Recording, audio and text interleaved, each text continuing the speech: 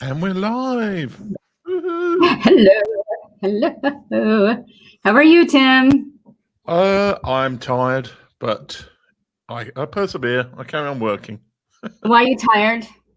It's just been a long day. So it's we have a viewer. We have a Hi, viewer. Woohoo. Chrissy. Where's Chrissy Hi, Buck? Chrissy. Where have you been, Chrissy? We've missed you. Oh, this is almost a community now. Hi, Tim. Over on Facebook. We are on Twitter now as well. We are. We're on Um, Twitter. I'm tired too, so we might be two tired people. Like, I have I a don't. quiz ready. You And do? yes. I'm scared. I thought I would. Well, should we be different and do the quiz straight away? Do it. Do it. Do it. Do it. You're Well, getting tired of me. I don't know what's going to come out of my mouth, to be honest. the thing is, like, the people here won't be able to help you with this at all. But I thought, What is it about? Because you and your boyfriend James love British trains and British tubes so much, I would do a quiz about them. So, Oh dear. Oh, quiz time! Though some of these are actually are you quizzing me around the world or just UK? just UK.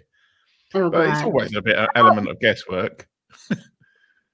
Help. Always what happens. So, get back to StreamYard.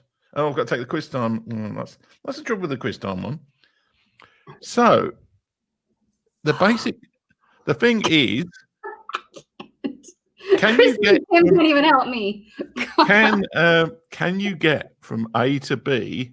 So, can you get from, say, London St Pancras to Nottingham directly by rail, non-directly, or it's impossible? And impossible usually means one of the stations doesn't exist. I think anywhere on the British network. So that is the size of the quiz. Which is I'm saying whether I can get directly from London to Nottingham directly, non-directly, or impossible to even get there. Impossible what? Well, let's say that there might be the odd station or two on here that doesn't actually exist anymore because they closed it. So it would be impossible. So non-direct. So non-direct means like I have to stop and then get back on? No, it means you change trains. Change trains. So, well, it's the same as if you were flying planes. In fact, I might just rehash this as a plane one at some point in the US. But yeah, if you were like, so you couldn't fly from Wichita to New York direct because you'd have to change at Denver or somewhere. This is the same concept, but for trains. Tim. How in the world am I supposed to know this, Tim? I'm going to guess. London to Nottingham. First of all, I want to go to Nottingham, and we all know why, don't we? Do you know why? You've got an obsession with Robin Hood. Robin Hood? Yeah. Oh, okay. So, yeah, well, that was right. That's why. I'm going to go with you can go there directly without getting off the train. So when it says tube, it means London, basically. I thought I'd give you some. We got Tim Son wants a yo-yo. A yo-yo? He's saying yo-yo like that. Yo. Okay, so the tube. What is the tube? Is from London? Is that what you said? It's the London, the underground, basically. The London Underground. Non-direct.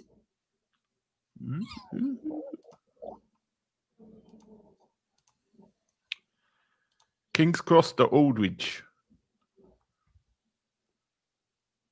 I mean, I don't know where these places are. Well, that doesn't really matter. Let's never stop you guessing. Non-direct. Well, I'm assuming the longer the ride, the more likely you are to get off. But I really don't know. Oh gosh. Do you know that I can't say Hartlepool? Hartlepool. Say it again. Hartlepool. Yeah, I don't say it right. Hartlepool. Hartley Pool. Heart, as in your heart. Heart. As in Pool. something called Lee. Uh-huh. And Trust then, me, I've gone over this over and over. well, I mean, I don't know if you're. I don't know if how James said it. It might be said differently up north. I've actually deliberately put in some hard to pronounce American names in here. Yeah. All I know is I said it. Remember when we had Jennifer on our show? I chatted with her at one time, and she looked at me like, "What are you saying?" And then she goes, "No, I don't think you're pronouncing that right." Because of how I said it. I think I said Hartlepool or something like that. But Hartlepool.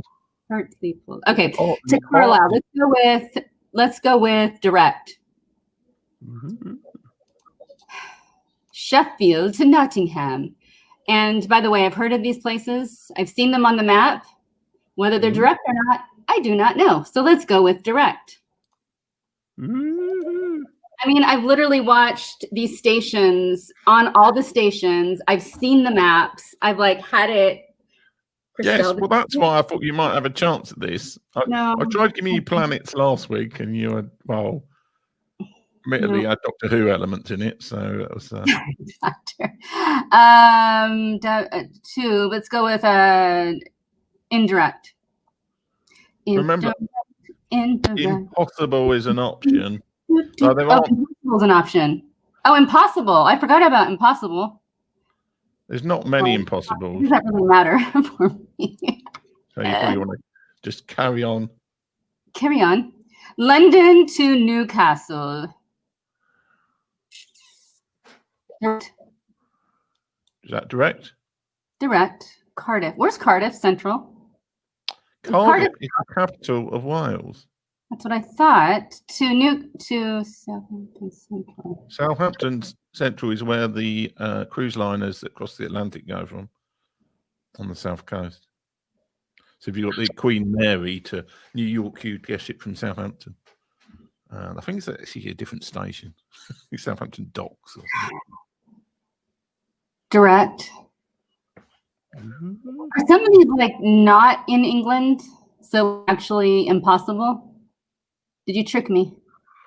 No, there's no. I mean, the rail system is all one. Is all British basically. So. Okay.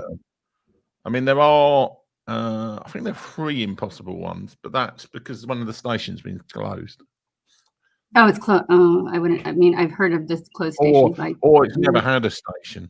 I want help, James. Yes, he finally pops in. Thank you, my lovely James. We come up with different. Admittedly, with some of these, I just went onto the trainline.com and typed it in and said, "Oh yeah, that's direct." So okay. Well, let's just say, first of all, Tim Sohn, thank you for the shout out to Duncan. Now more than ever. We love you, Tim Sohn. Duncan, give that man some coffee. James Valentine, I need help. He wants to know if these are direct rides. What do you call it? Direct rides? Direct train. So you get on one train and you can get there. I mean, it doesn't have to be only direct trains, but it's like you can get on a train at, say, London to Pancras.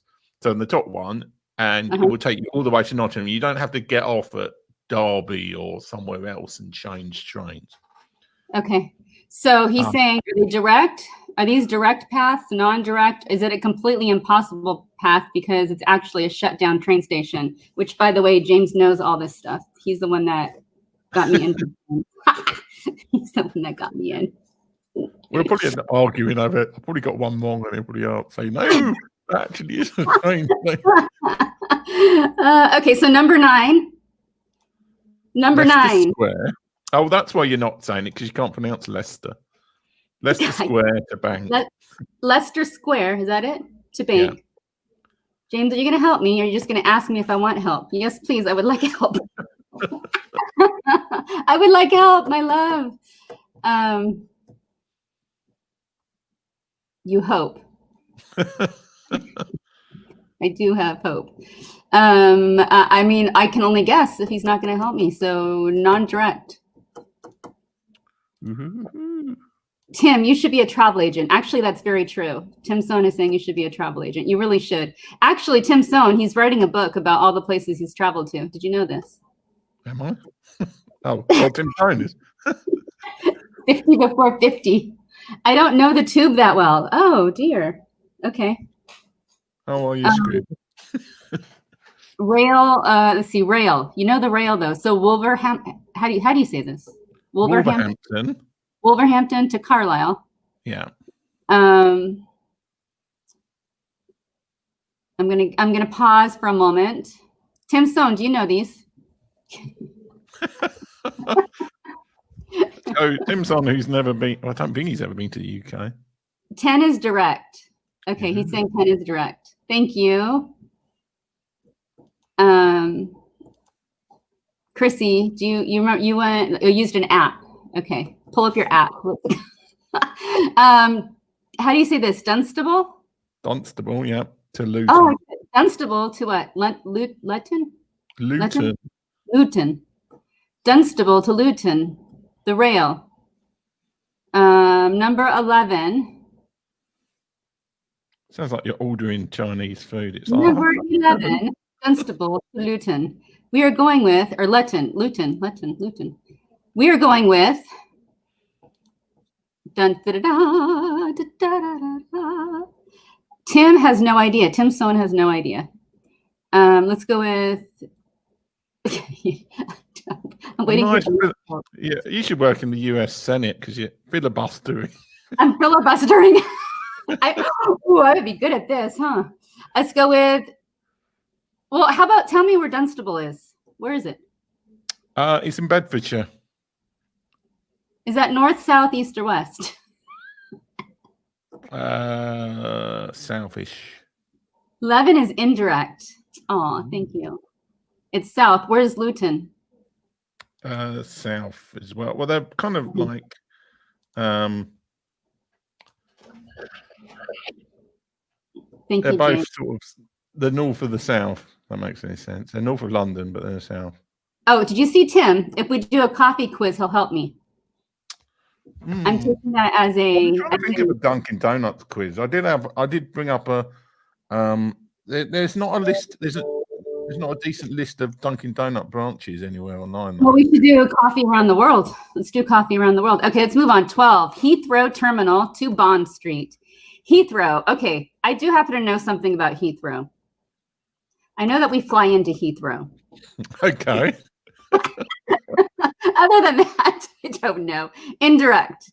I'm going with James' answers. Indirect. Indirect. All I know about Heathrow is you fly into Heathrow, and from there you might take the train to back home. Bletchley to Clapham Junction. Where are these places?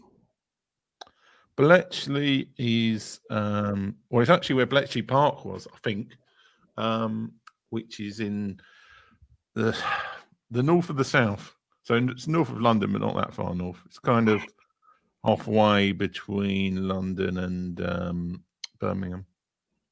London and Birmingham. And Clapham is South London, basically. It's part of South London. Okay, James is going with indirect, and I'm going with what he says because he would know much better than I. Okay, number 14. How do you say this? Gosport? Gosport, yeah. To Brighton.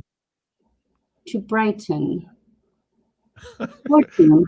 I think we've lost all our viewers now, this quiz. Well, we should do a time. When next time you come to San Diego, Tim, you know we're doing a food tour. Yeah. On a bus. I have to guess the food you buy in each place.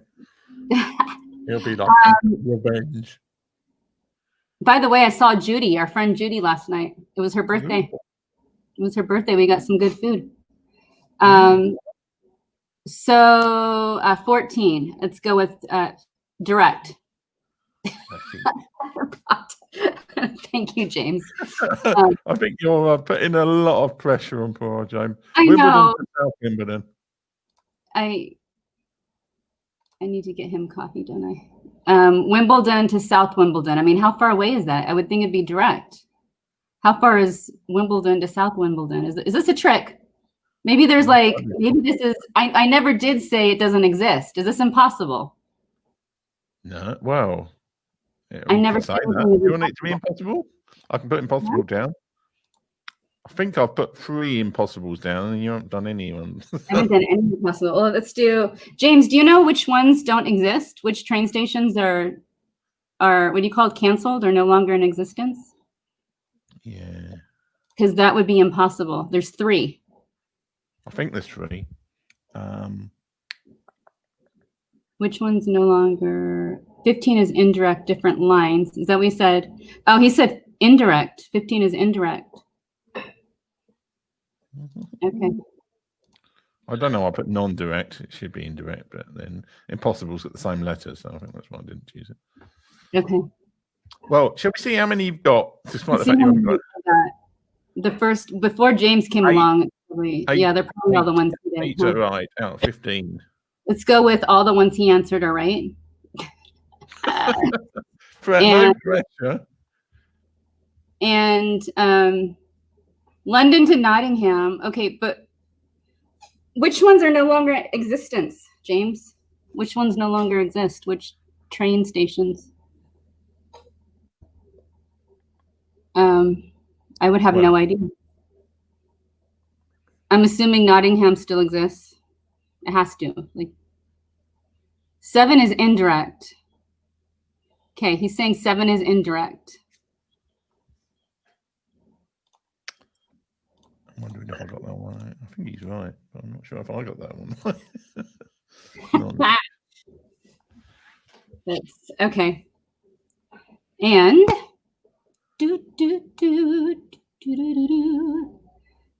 other than that, Tim, 6 is disused. Roding Valley is disused. It's tube, so it's not his area of speciality, but we'll put it down as impossible. I'm going with what he says. He thinks. He thinks. You know, we go on all these train rides, and it's really fun, actually, through. And I get to see parts of your world, Tim Lewis. My world. Yeah, got it's massive fun. pink elephants and weird shit. You know? It is.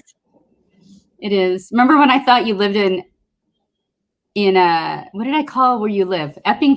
Elfin Forest. Yeah. I don't live in the forest. I live near Epping Forest. Oh, I told everyone you lived at Elfin Forest. So. Yeah, it's like the Lord of the Rings. Lord of the Rings, yep. I was like, I think it's like something like Elfin Forest. You know, it looks like it, to be honest. Tim Lewis, I'm done. Tell us the answers, please. Please, will you tell us the answers? Let's see how many. Still 8. Okay, so which did we get wrong? Can you go Well, through? this is where I'm going from memory, and hopefully I didn't get it. Aldridge Station doesn't exist anymore. Okay. So that's impossible. Watford to Aldgate is direct, because I used to take that when I lived in Watford. Nottingham is direct from St Pancras. Hartlepool Carlisle is indirect, I think. Non-direct, sorry. By the way, I want to tell James, thank you for helping me. Roding Valley does exist, but it's non-direct, because even though they're on the same line, they're on different branches, so you have to change. No through train. Okay. I think that one's right. I think this one's actually right. Though I'm wondering if I marked it wrong, because it goes to King's Cross. It's not St Pancras. Cardiff, that is direct, bizarrely. It's one I put in to catch you out, but because you didn't know any better, you I guessed right. Yeah, Leicester Square Bank, non-direct. No, weirdly enough, I know that area oddly from the map, and it wasn't. I mean, I think this is right. I think this one's right. Dunstable hasn't got a train station, so this is impossible. So it's one of the biggest.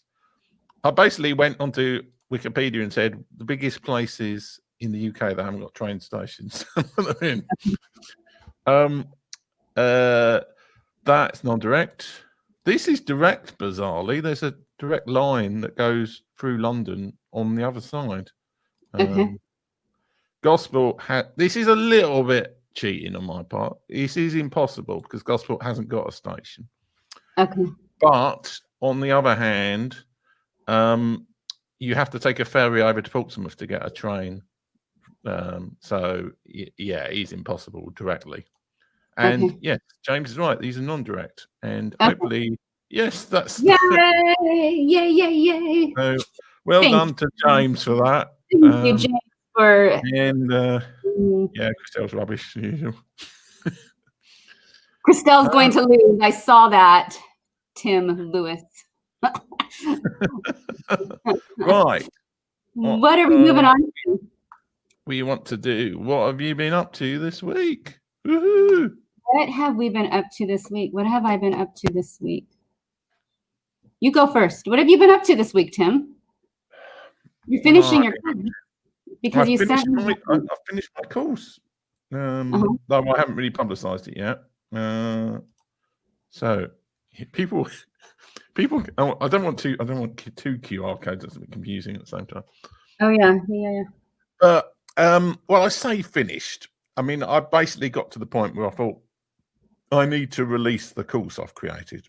So just so that people can test it out for me. I have given it free coupon to certain people who haven't logged into it yet to look at it. I don't know who you're talking about, honestly. Well, actually, it's a couple of people, and nobody's done it yet. So it's like, but yeah, I mean, I finished off all of the videos of the course and everything, and all of the handouts. So you've got I think there's about 12 lessons I go through the product. This Phrase Express, which is a productivity tool.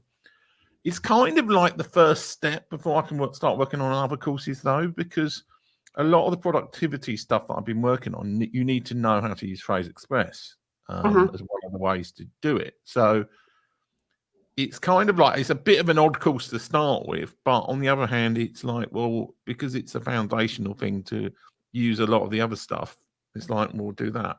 So that's why I'm not necessarily going mad publicizing it at the moment. Because I can then create a productivity course and another course, and I can refer it and say, go and do the Phrase Express course to do that. So, and it was also a nice, safe subject to do a course on, as learn how to do a course, if that makes sense. Because I was talking to a client this week. I don't get many clients in the self-publishing. I was saying to them, it's the best thing you want to do is not start off with any new thing you do with something that's like your love child baby project that you've been thinking of doing for years. Okay. Because you want to make your mistakes with something you don't really care about that much. Well, you have to care about it. It has to be not like totally sort of something you have no interest in whatsoever, but something you can practice with a little bit. Yeah.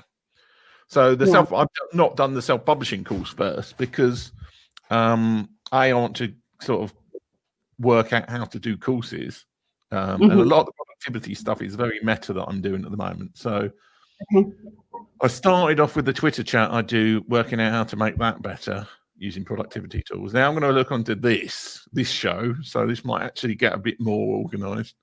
And then I'll go on to actually course creation. Wow. On that, obviously, I'll create a course about how you can improve creating courses, which is all a bit messy. And then I'll go on to the self-publishing course. So that's slightly bizarrely what I've been doing this week. A lot of technical stuff. I'm sure I've done something else this week, but I've totally forgotten about it. I was interviewed on the Elevate Your 8 podcast, which is going to be released in a couple of weeks' time, and that was entirely about productivity stuff. So it was that was the incentive I had to actually get the course out there, so I could give away. Wow. Oh wow, good for you. Good for you. What have I been up to? You know what? Okay, I'm gonna do something a little fun. Switched over. Oh, my merchandise store. Click on my merchandise store and see what I have going on. And one of my sons is designing something new for this. We'll see what he comes up with. What am I up to? I'm going to say something fun here. Last night, I got to see some of my foodie friends that I haven't seen in a very, very, very long time because of the current events. And then also just stopped having time to go out and do foodie stuff all the time. So I got to see my besties. And then my high school friends were in town. And so I got to see them and chat with them, which is really, really good. We've been so alone these days. So it's good to finally be able to see people a little bit. So I've been up to that and waiting for my book to come through. Cat is almost done. I presume you cat illustrator. You're not getting the cat to do your little paws like in your book on a printing press. No, Cat, my illustrator in Scotland. He's near you. He's closer to you than me. Yeah. He's almost done. Again, it takes every single page he does is 5 steps. It's a lot of work. It's not just coloring it out and pushing it out. It's a lot of work. So we're right there, the very end. And then one of my podcasts that I did an interview on, the finished product came out this week. So that's on my Twitter feed, I believe, and my Instagram feed. So yes, that's what I've been up to. This week, you know what else, Tim? You are going to meet someone tonight. You?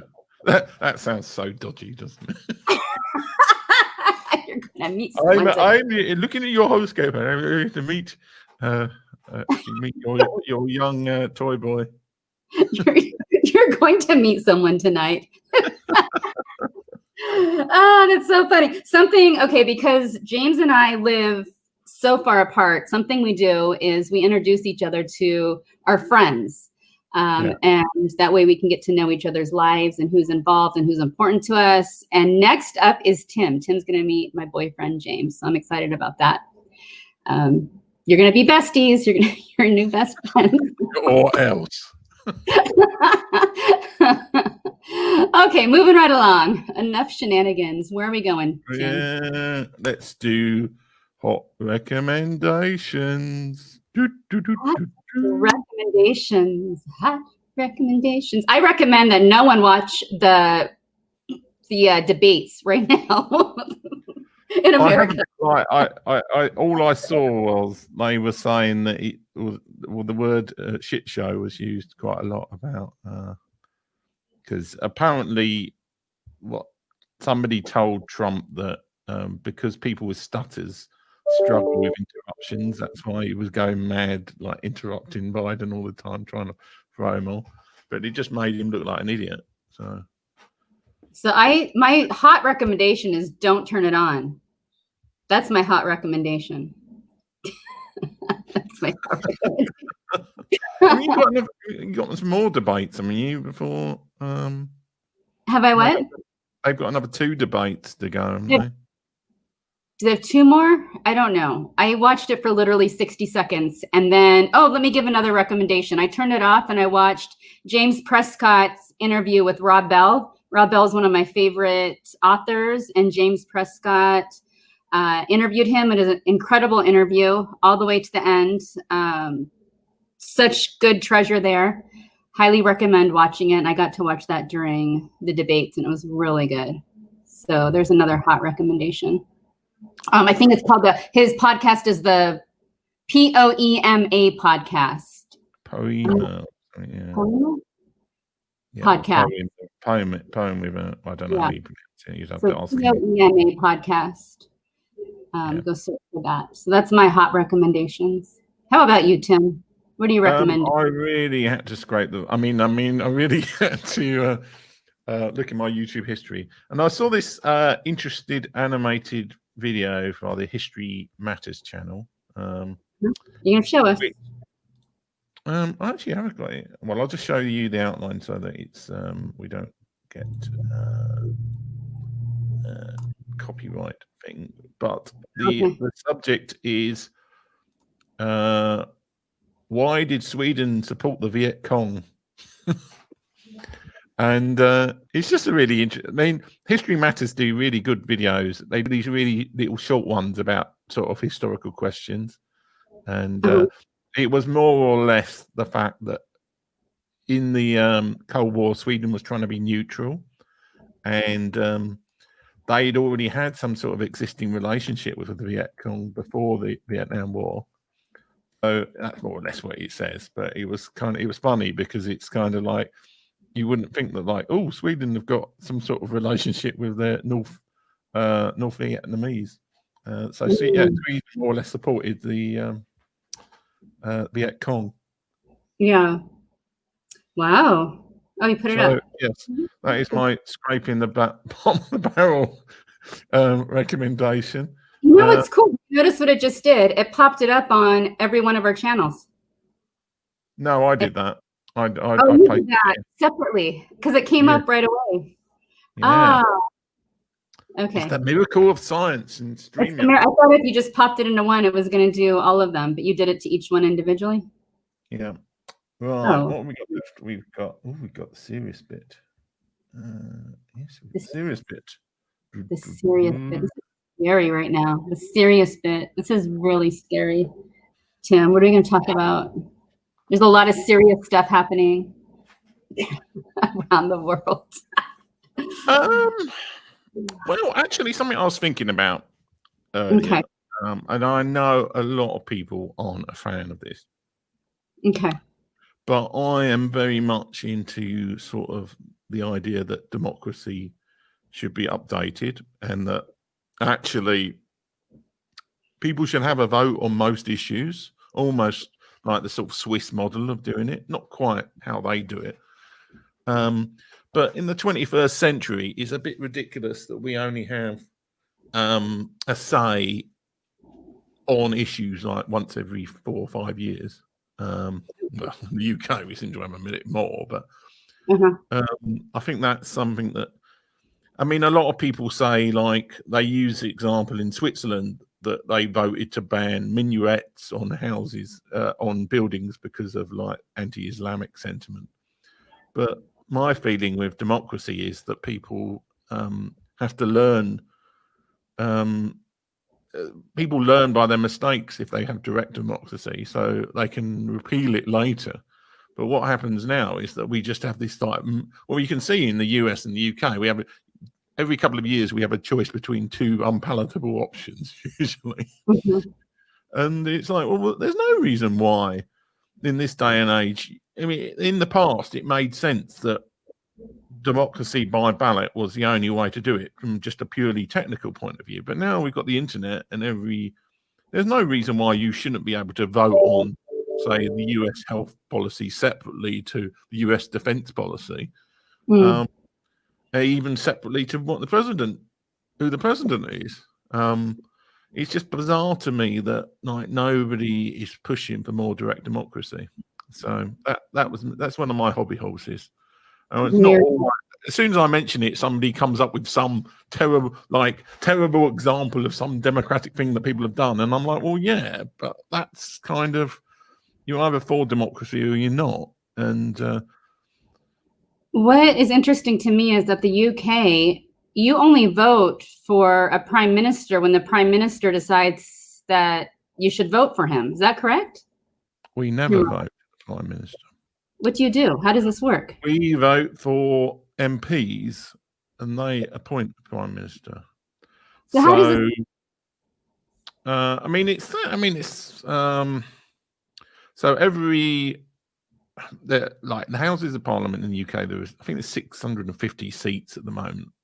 And each one of them represents a geographical area. So I'm in Leighton and Wanstead seat in North London.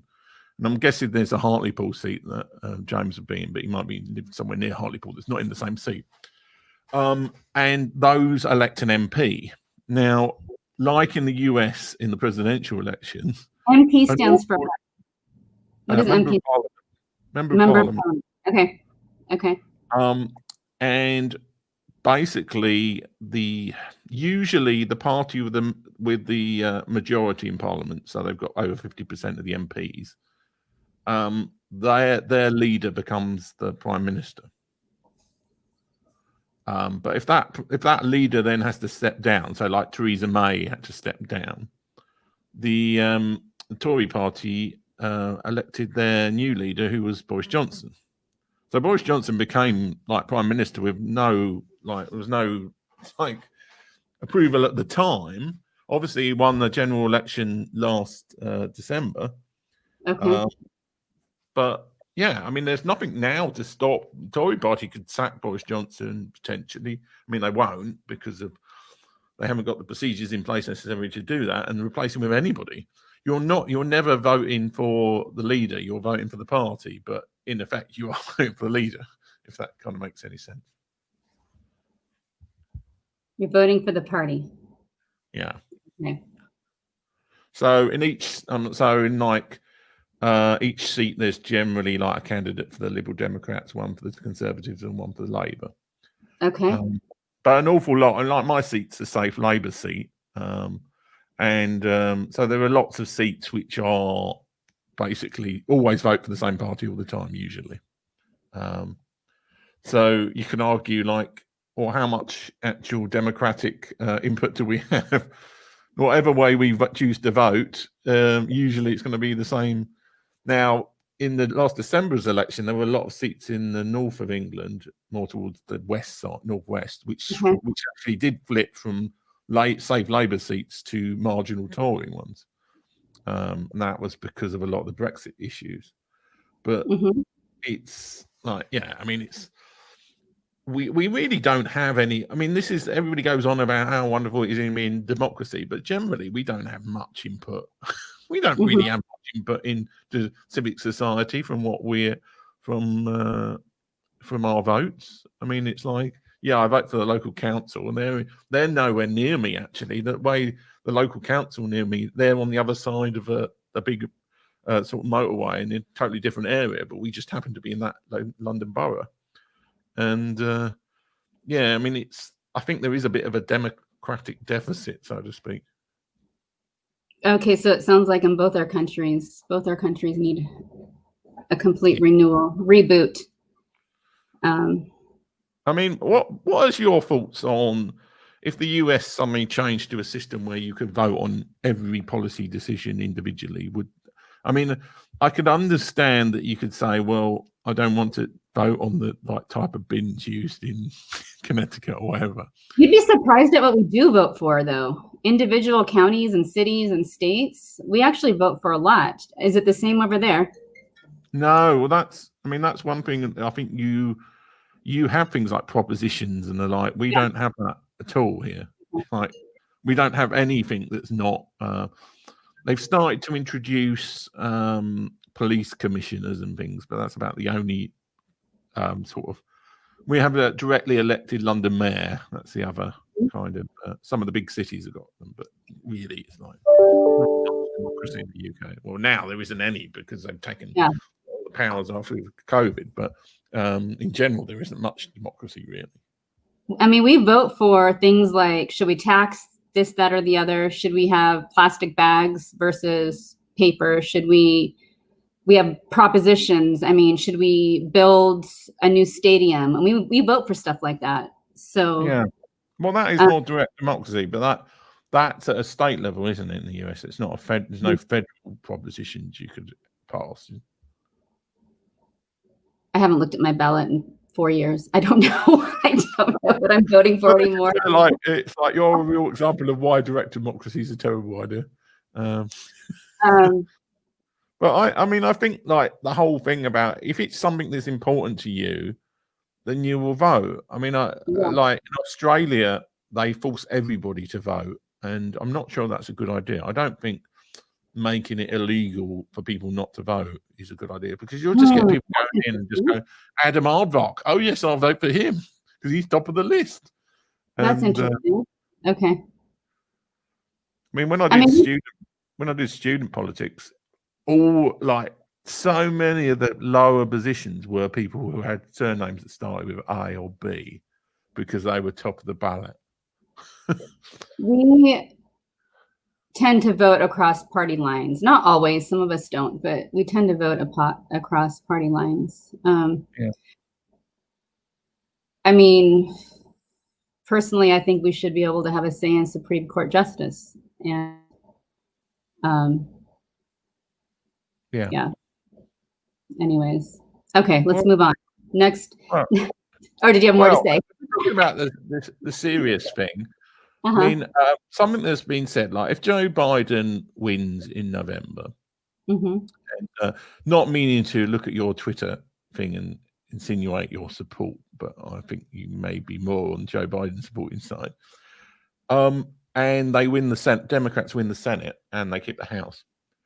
What are your views on them introducing Washington DC and Puerto Rico as states into, and also potentially increasing the size of the Supreme Court? Do you think that's going too far in terms of manipulating things to try and undo stuff Trump's done, or do you think that's fair game now, given the way that Trump's behaved,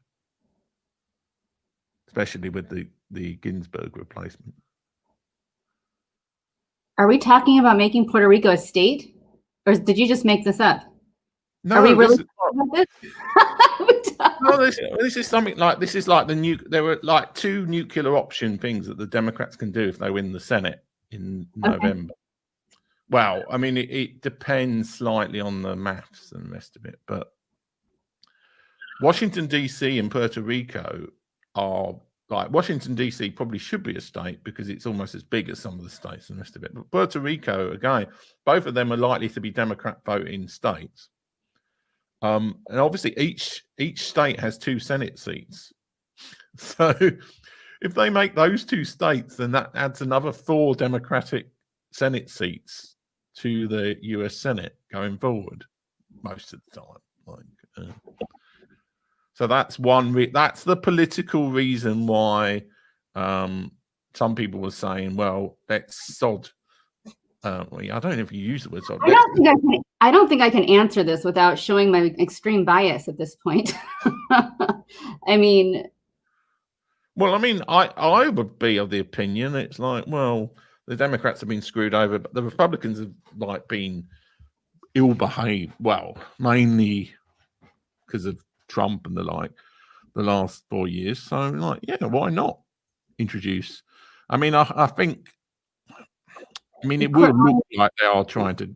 So, I mean, the other option is that the U.S. Senate can increase the size of the Supreme Court.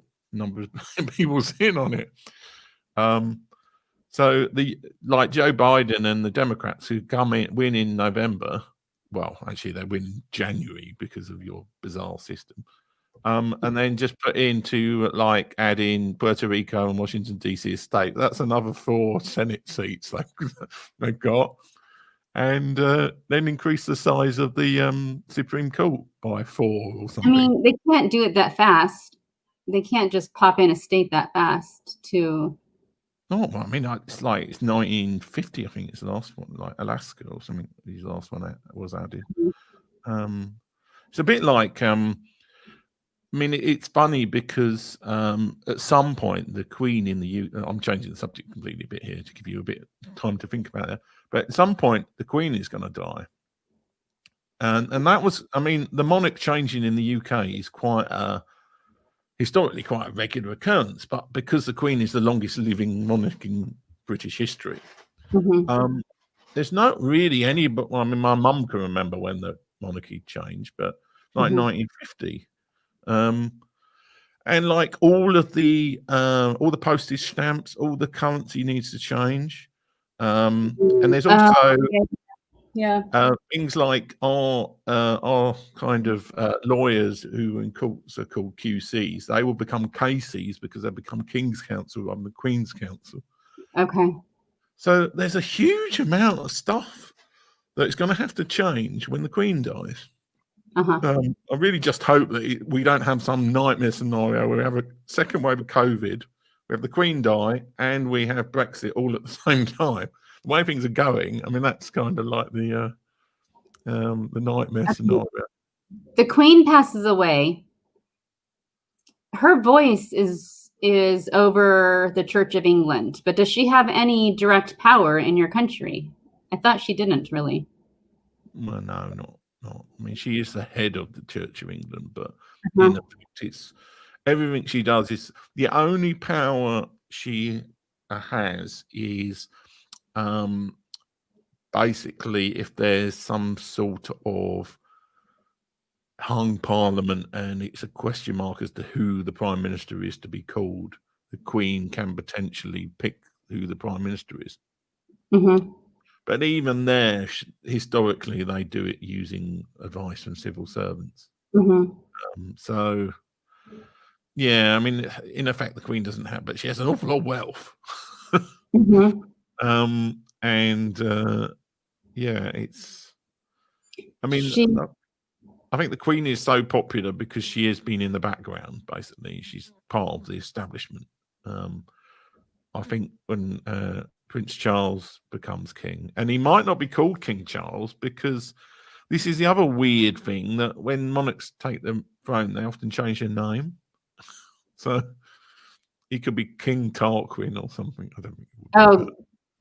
Probably more like King George or something like that. So yeah, I mean, that's going to be a big change. No, I was just using that as the same thing as like when they were adding states to the US. It's about the same time since they last added a state to the US as to when the Queen was. I mean, out of state. I mean, sure, why not? Do you want to join us? Come on over. Sure. The more the merrier. Let's add one. I just don't really have an opinion on it. And I mean, Puerto Rico is actually bigger than quite a lot of the US states. I think it's like 5 or 6 of the US states have smaller population than Puerto Rico. And you know, Texas wants to be its own country. It's not ever going to happen, but. Well, Texas was its own country for about 30 years, and it went bankrupt, and basically the Americans had to. They would like to go out. So I hear they would like to go back. I went to the Texas. If you ever get the chance to go to Austin, the Texas Museum there is very interesting. History of Texas. Because the trouble was, Texas was an independent country before oil was a thing. Yeah. And they managed to get into such debt, and it was basically just a complete disaster, really, their independence. So it was almost they had to be rescued by the US financially. It took about 10 years for them to convince the US to take them as a state, which just seems ironic. But that's because they thought Texas is a basket case. So. Well, my state that I live in is obviously one of the newest. California's not that new. I'll have to give you a quiz about which states. 18. What was it? Wasn't it 1850 something?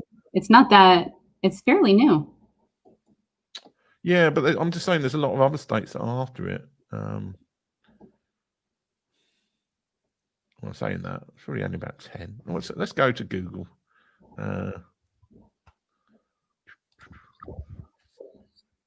I think we're both a bit like establishment, established by year. And can I see it? Are you able to pull it up so I can see it? Yeah. Let's see. Okay, so and I have a question for you too after this. Okay, so. So Delaware is normally the first one, though. California. I'm gonna guess California is like 1850. How close am I? Exactly right, but it's only the 31st. I knew it was like. Right. I knew. Yeah. Okay. Because it was before the Civil War. That was the thing, and there's quite a few like in the middle. I didn't realize that many came after California. I thought we were one of the newer ones. Oh, wow. I didn't know this. Okay. Yeah. Oh, gosh. I didn't know that. So, like, I think Oregon and I think Kansas was rushed in because of the Civil War or something.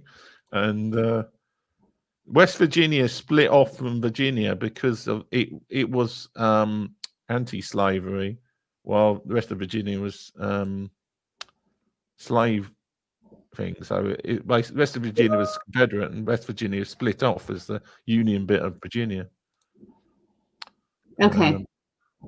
So, yeah, you learn something new every week. Oh, I do. You're teaching me about my country. Tim, Do you post about politics on your social media? Not usually, no. Well, I might reply to other people's posts about politics, but I don't.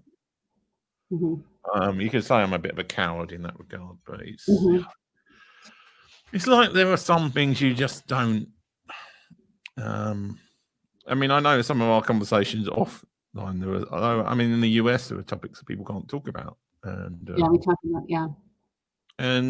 yeah, I mean, there are kind of almost social boundaries and if you post about politics on social, then yeah, it's a shame because there's lots of.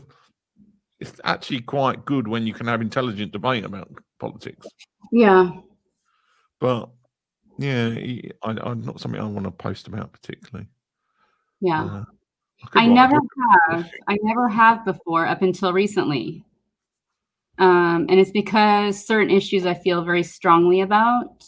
And I guess that's everyone, but I've really tried to not post, though people know where I fall on various issues. I've never really posted who I'm voting for specifically, but I feel very strongly about certain issues. And so for the first time, I did post about who I'm voting for. Because they're just really big issues. And I know across the board, both sides would say that their issues are equally important. I get that, but well, I think a lot of the problem in the US and the UK is just that people are coming to things from totally different backgrounds. I mean, if you're somewhere that's in a very cosmopolitan area, the idea of like one Hispanic person or one person from Eastern Europe living down the street from you isn't really going to bother you that much, one extra one. But if you live somewhere where there has never been anybody from outside your community ever coming in, then immigration in many ways can be much more threatening until you get to the point where you actually realize that, like, oh, they're exactly the same as us, except maybe they like worship slightly differently or they wear different clothes or something along those lines. So a lot of it, and similarly, it can be very easy to like, where if you're in a more sort of cosmopolitan environment, to not appreciate things about like the normal working person. So I think class is a big thing that's not really being talked about anymore, which maybe it should be. yeah, I mean, America is we are only an immigration country. The only people who have been here since the beginning of time is the Native Americans. And well, they weren't from the beginning of time, but then that's true. Well, they were here first. Well, I mean, there has to be a start somewhere. But yeah, no, the Native Americans came from Asia, didn't they? Or possibly, I think that was like some of the Native Americans might have come from the Pacific. They migrated here first. I mean, there's definitely a migration trail coming from Alaska and possibly elsewhere. They were here first. Aside from that, obviously, we're a huge immigration country. So I don't feel like there's any excuse to have any kind of look down on other cultures. We've all immigrated in one way or another. I mean, my family's fairly new here. My family came over in 1914. One side came over in 1914. The other side came over in the late 1800s. We're fairly new, but we immigrated. Everyone in America immigrated here at some point. We're all immigrants. So to say that they don't understand another point of view, well, that's why we get to know each other. We get to know each other. We have conversations and yeah, but I mean, it's not like you directly were an immigrant. You are a family of immigrants, and I know what you're saying, but there are some people who've lost track of the whole kind of. They were from like this background sort of thing. Just because of their normal life is like they just meet other people from the same immigrant background, basically. But anyway, this is why I don't talk about politics on because it's like, do you ever have that game Operation in the US as a Mm-hmm. kid? Like, it's a Have ball. operations. You make one false move and it goes, "Bleh," and that's like that is talking about politics online, really, on social media anyway, because you're not usually going to change the other person's opinion. No, but can we at some point sit down and ask questions to get to know each other better? And how does that work? And what does that look like? And I don't know the answer, but is it possible for people with varying backgrounds to sit down and have dialogue versus because it's been like this forever, this is what I'm going to believe forever and I refuse to change? Can we sit down at the table and just tell stories? Can we get to know each other better? Can we ask better questions? Can we listen? What does that even look like? Well, I think the answer is yes, but it's not necessarily simple. It's like years ago, and I'm going to go off on the tangent here, but sometimes you need to. I remember reading a report about the Israeli-Palestinian or the Arab-Palestinian conflict, like the 1980s. I mean, the Economist is a very good magazine, actually. My brother used to get it, and I used to read some of the Economist.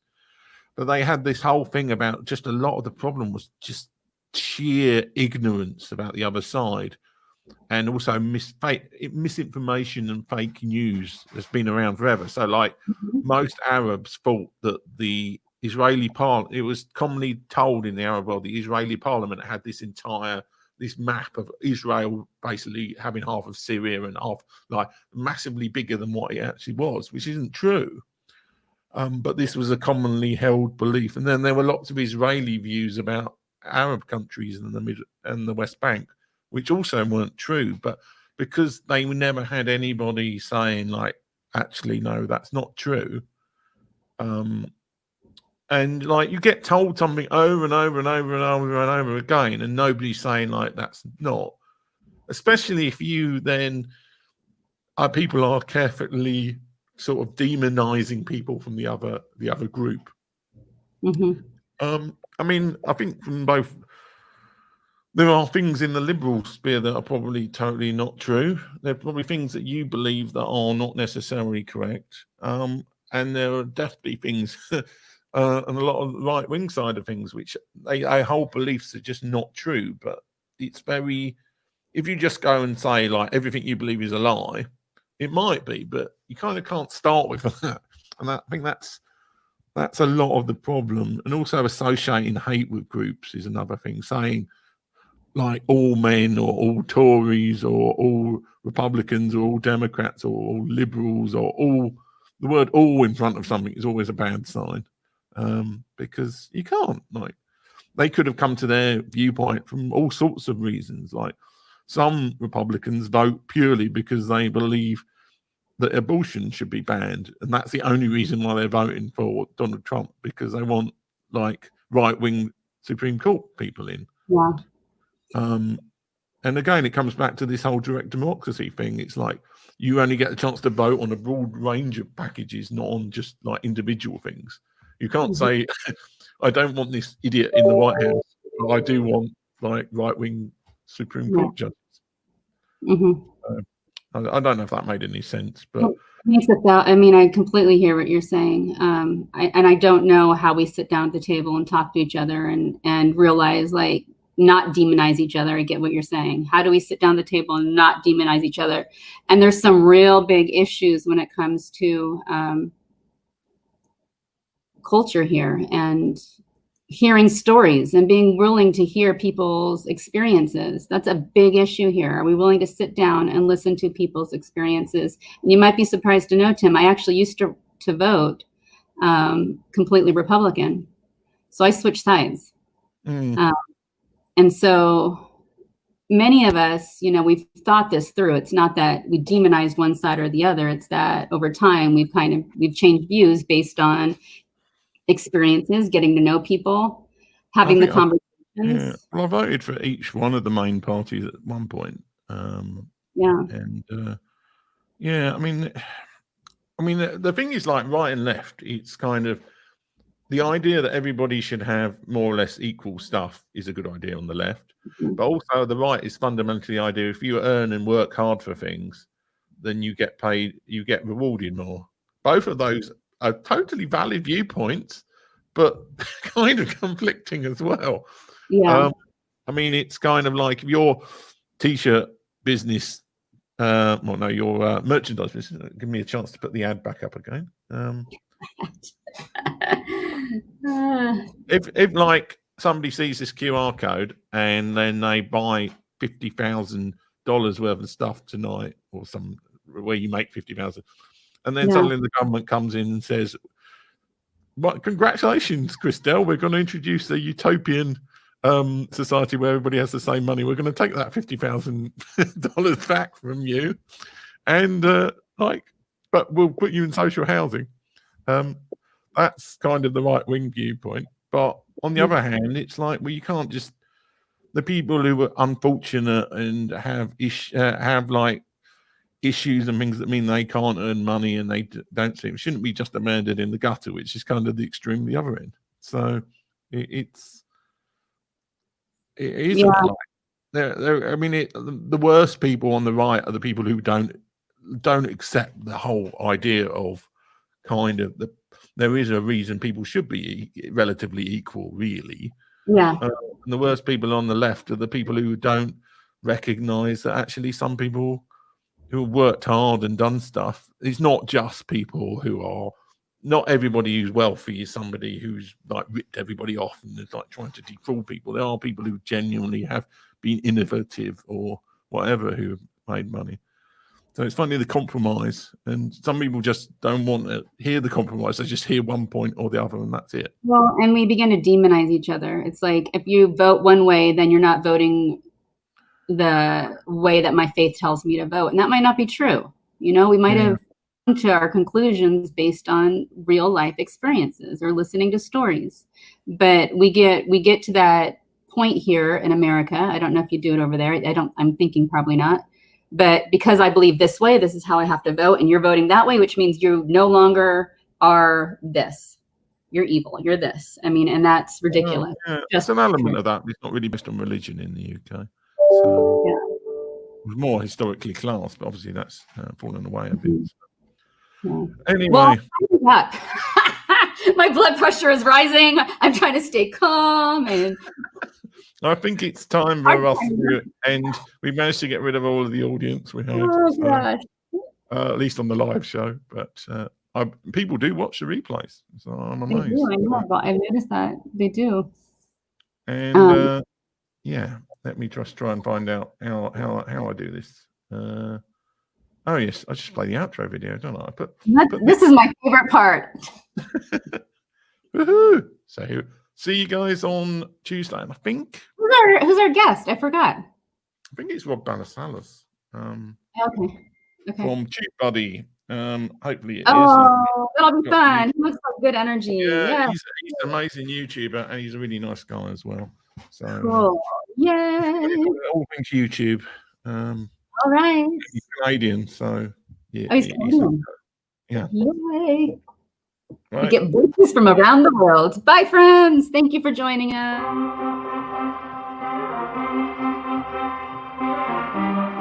This is terrifying for me.